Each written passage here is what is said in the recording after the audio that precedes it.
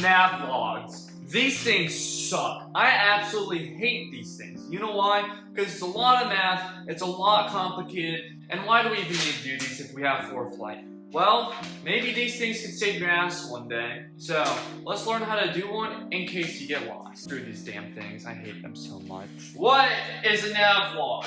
Why am I asking y'all what a navlog is? Well, it's pretty simple. Navigation log. Just says it like that. Basically what it is, it basically tells you where to fly to, what heading, what course, what altitude, the wind, the temperature, your fuel, your the time too. It's pretty complicated to do. You're gonna need a few things first. Go ahead, go get your flight bag out, because we're gonna need something from in here really quick. Where did it even go? That's what I mean when I say these things are terrible. So you're gonna need a few things first. First off, you're gonna need a flight bag, because that's where you're gonna keep it. Obviously, I'm not that dumb. Y'all not that dumb either. But first off, you're gonna wanna have your navlog. You're also gonna wanna have your iPad and E60. Or if you have the calculated version, you can do that as well. I mean, I don't really care. But I'm gonna show you all the way I do it, because it's simple. Not really. Alright, I genuinely do not know how to do this. Without it looking stupid. So I have my phone up here recording, I got my GoPro right here recording, and I also got my iPad right here recording, which will be on screen as well. So hopefully this actually does look good, because I'm not a filmmaker and I also don't have like 20,000 cameras sitting around switching scenes. So I'm just gonna do my best doing this. So today I'm gonna show you all how to do this damn navlog, because it is so irritating. Anyways, since I switched flight schools, I'm not flying PA-28s yet, so we're gonna be using this as a 172. Let me go get a better pen than this. The pen is here. So we're gonna be using a Cessna 172. I don't know a tail number for this plane, so just whatever plane you're flying, just put a tail number in here. I'll just put my favorite plane that I used to fly. Oh shit. In there. So today we're gonna be going from Clearwater to Crystal River, because I live in Tampa and it's hot. So Clearwater to Crystal River. Add to route. Boom! We got the purple magenta line. What we're gonna do is we're gonna find our VFR checkpoints for where we're gonna be flying to. So on here, we're gonna go to the iPad for now. You wanna find one every like 10 to 15 miles. You can stretch out to 20, but you don't have to. So our top of climb out of Clearwater would probably be about, actually I actually have it preloaded right here. But I want to show y'all how to do this. So right here, we're gonna do our top climb. We're gonna do our top of climb here at Lake Tarpon. Well, I guess you could do it your top of climb earlier, but that's gonna be our first VFR checkpoint, so that'll be our top of climb anyways. So we're gonna do Lake Tarpon, and then we can do, after this, we can do like Newport Richie if you want to. You can do, let's see here, the 90-degree parallel from Brooksville Airport. I'm gonna move this on this side so y'all can actually see me better. And then keep going forward, and then let's see, how long is this line? 23 nautical miles. You could extend it if you want to, but I like to use this road as a checkpoint as well, like where all the towers are. So we could do one right here. Yeah, I moved my finger. Do one right there as well, like near all those swamp areas. There's like a TV tower somewhere over here as well. I think it's, yeah, right here. That could also be a VFR checkpoint as well. So we got our 4 points. I'm actually just gonna pull up my other one just for the sake of the video. See, I was actually pretty close. The top of climb would have been right there, like Tarpon, Newport Richey, 45 or 90-degree angle from Brooksville, and then just direct. Cool. 1 second.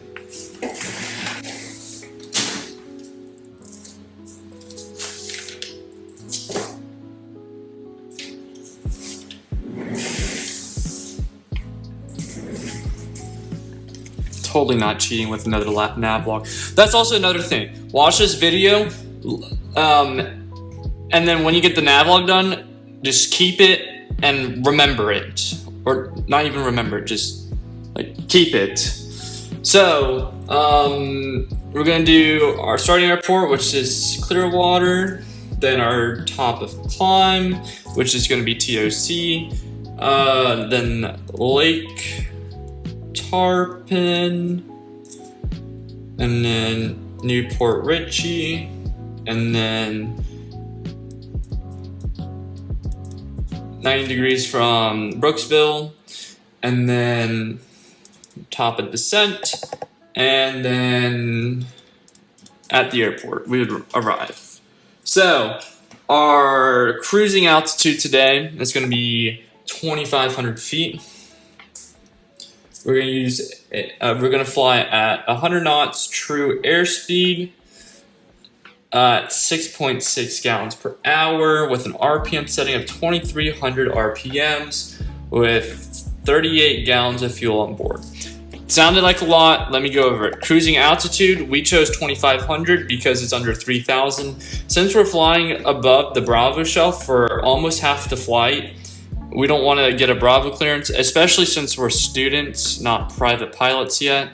So if you're a private pilot and want to fly into Bravo, change it to whatever VFR cruising altitude you want. I don't care. Pressure, altitude, and temperature, we don't really need yet.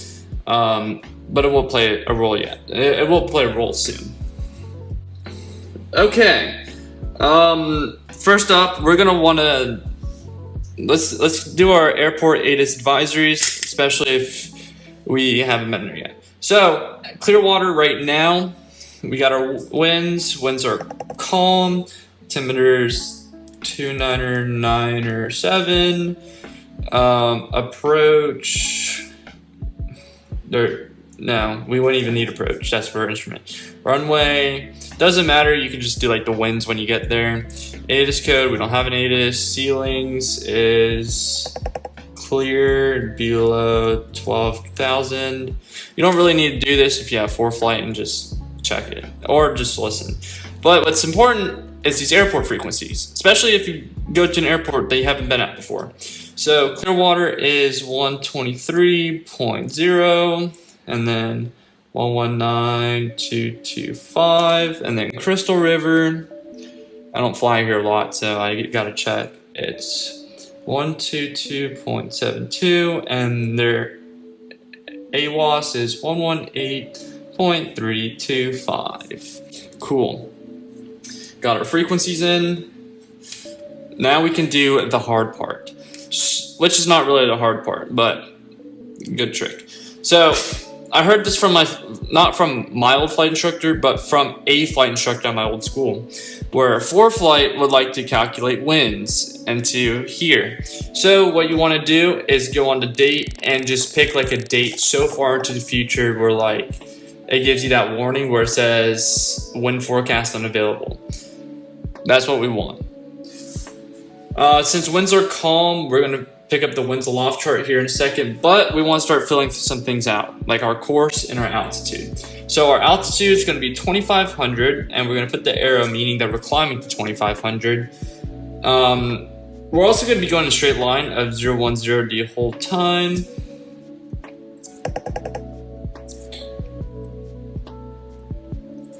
And then 2,500.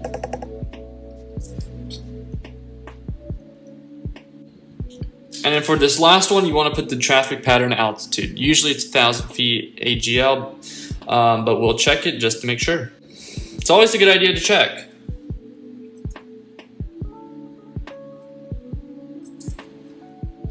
1,000. The 9 is the field elevation, by the way. So just subtract field elevation. That's how you get traffic pattern altitude. Cool. Let's get our winds and loft chart. I think it's somewhere in here. Oh, wait, no. I know where to find it. Go to airports. Go to your home airport first. So we'll go to Clearwater. And then weather, winds. And it's at 209 at 4. So we'll go 209 at 4. Temperature is going to be 20 Celsius.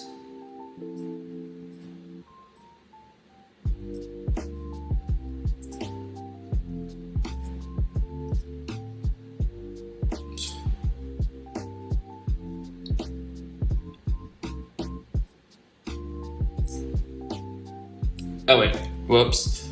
Don't do this last one. This last one, you're gonna wanna go to your airport that you're arriving at and then use the winds from there. So it'll be 153 at 5 with a temperature of 20 still. Cool, I kinda messed that up. I don't have whiteouts and I don't care. Our climb speed, we're gonna be climbing out of VY and the 172 is gonna be 75 to 76 knots. And then our cruise speed is gonna be 100 the whole way there. And then our descent speed is going to be 90 knots. Cool. So our true course is always going to be the initial course that we put in the route. So we'll put 010 on all of these.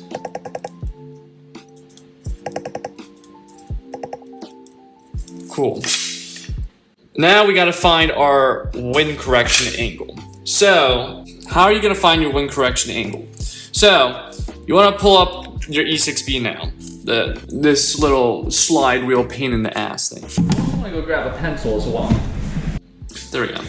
Cool. So you want to set it to north initially, I think.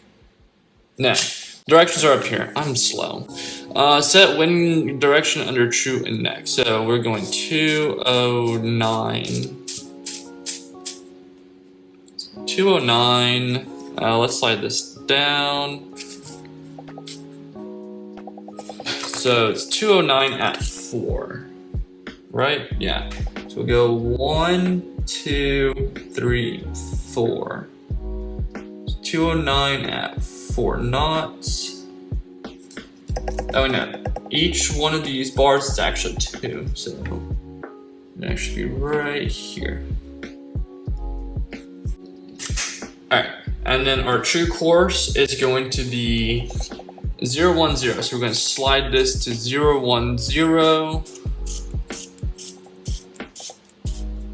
Hopefully y'all can still see that dot. I did not color them right. Oh, I passed it. 010. So we will have a slight left quarterly tailwind.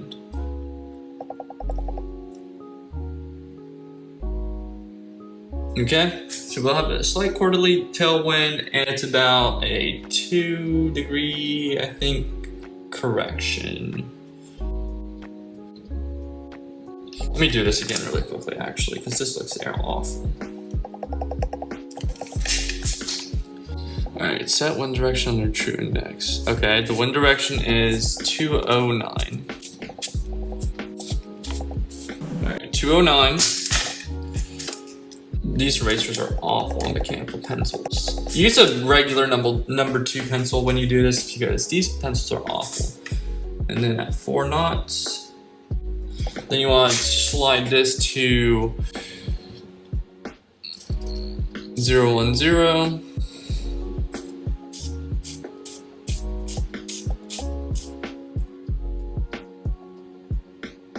Cool.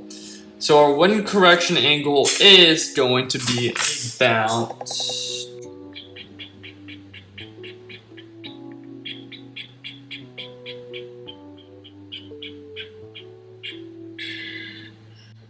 4 degrees. And that's to the left. And on the left, we're going to subtract 4 degrees.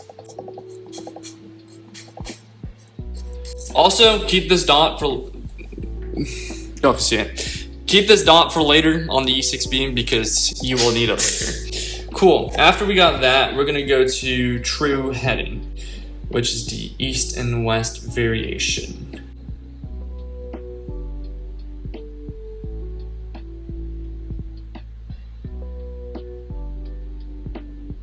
I remember how to do this. All right, true heading.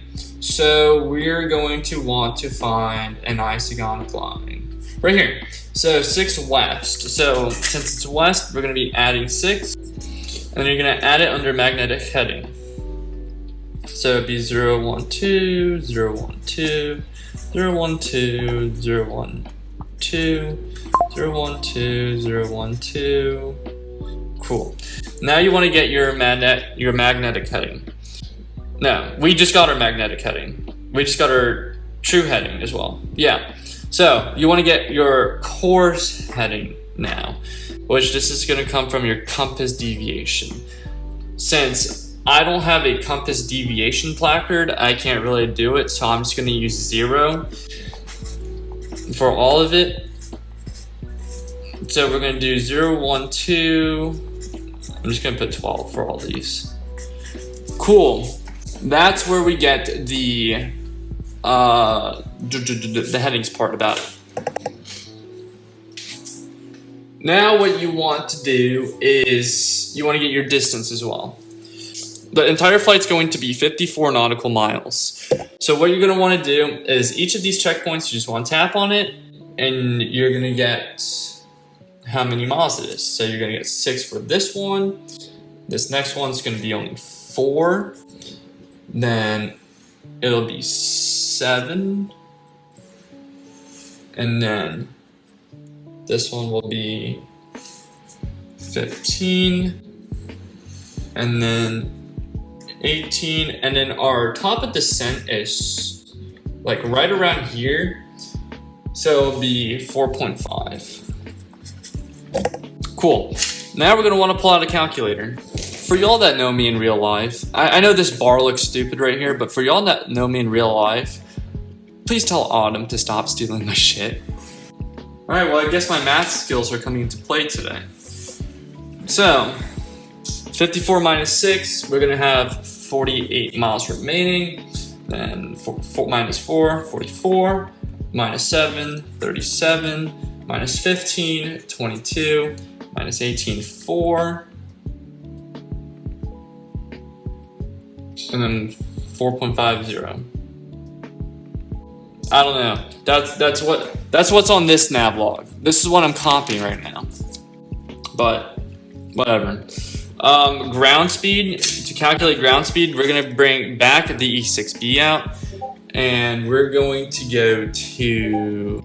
You know, it's been a while since I've done this when I have to actually like take time to think about it. Oh, I'm slow. Okay, so we have a quarterly headwind actually. Cool. So our ground speed, so if we're going 100 knots, we're going to be losing 2 knots of airspeed. So this will actually be 98. It'll be 98 underground speed. So this will be 74. Everything else will be 98, 98, 98, 98, and then this will be 88 because we're going down to 90 knots. The reason why, okay, now I know. The reason why I could figure it out, because if we're going 0, 1, 0, and you read the dot, I'll pull it closer for y'all too. Right there, that dot, every one of these lines means 2 knots. So this is 1 knot, or this is 2 knots, 4, 6, 8, 10. So since it's going down 2 knots, that's how we check the 2 knots on here. I know this kind of looks terrible, but it is what it is. I'm trying to help y'all the best I can. Time off is going to be... Alright, 6.6. We'll do this now. Time off is going to be 12. Estimated time is going to be... Man, these are so off. Holy crap.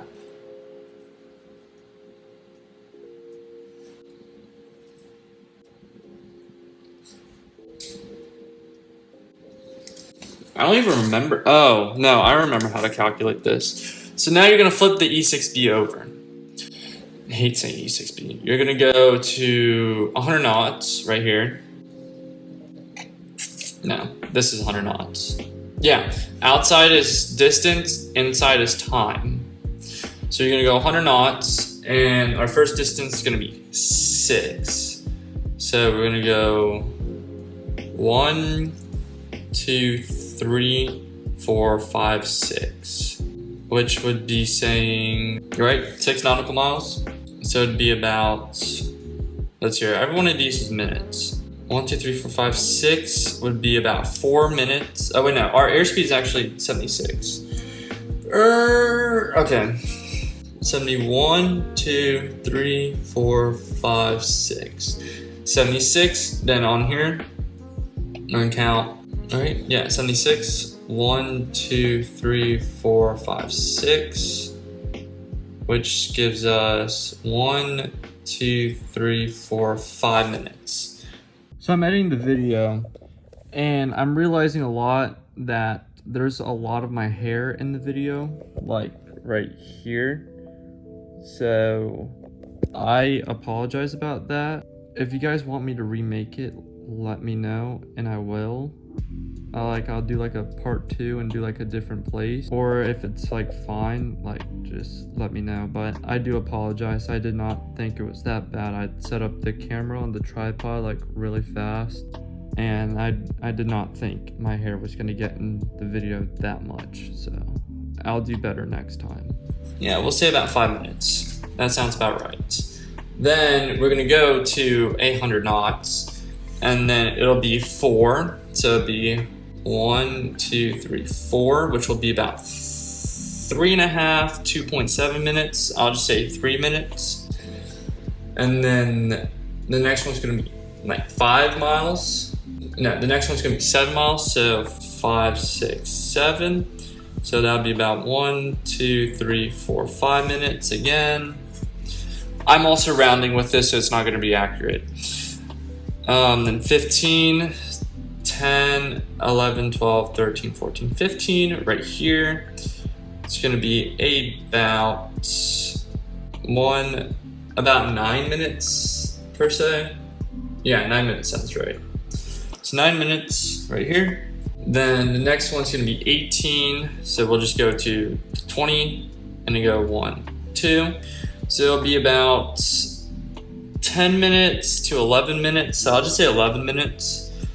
And then finally we want to send this to 90 knots, and then it's going to be 4.5 miles. So we're going to be 1, 2, 3, 4, go down, 1, 2. So about 2.5. So I'll just say 3. Cool. We will put the E6B away for later. ETA, you're going to start off with your time off. So we're just going to say that noon is going to be the time that we take off. So we're going to do 12:05, 12:08, 12:13, 12:22, 12:33, and 12:36. This seems actually pretty accurate from my old one. And then for fuel, you're going to do by the time as well. Our time to taxi with fuel is going to be 1.1 on the ground. So we're going to throw that into the first one. Now, we're going to start with 2.1, and we would have 35.9 gallons remaining. Now, we're going to burn 6.6 gallons per minute. I think I remember how to do on the E6B. I really should not be making this video because I can't remember crap for this. Oh, distance is outer. No, total gallons is outer. So time is inner. Oh, gallon per hour. Okay, 6, 1, 2, 3, 4, 5, 6. Okay, cool. And then total gallons outer, time inner. Okay, so we'll go by time.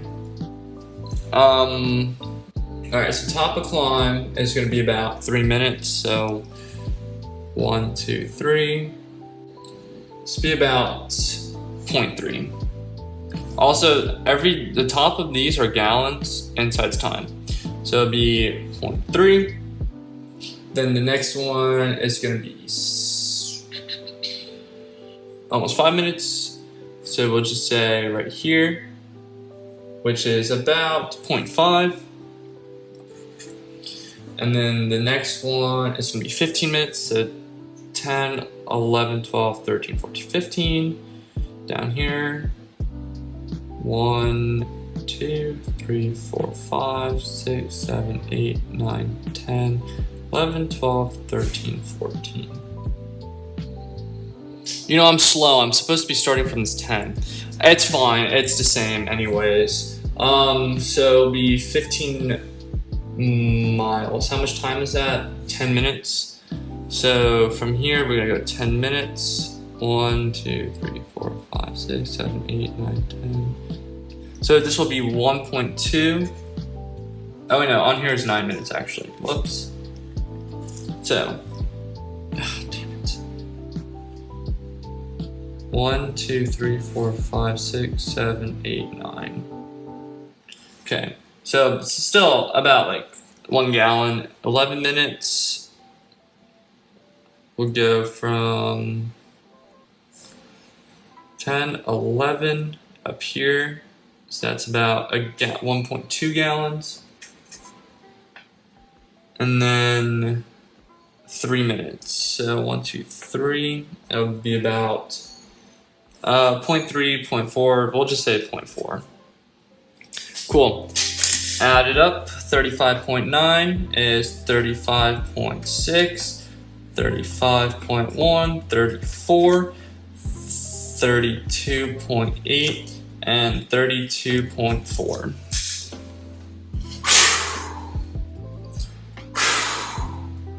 You see why I hate Navlogs? Because that took half an hour.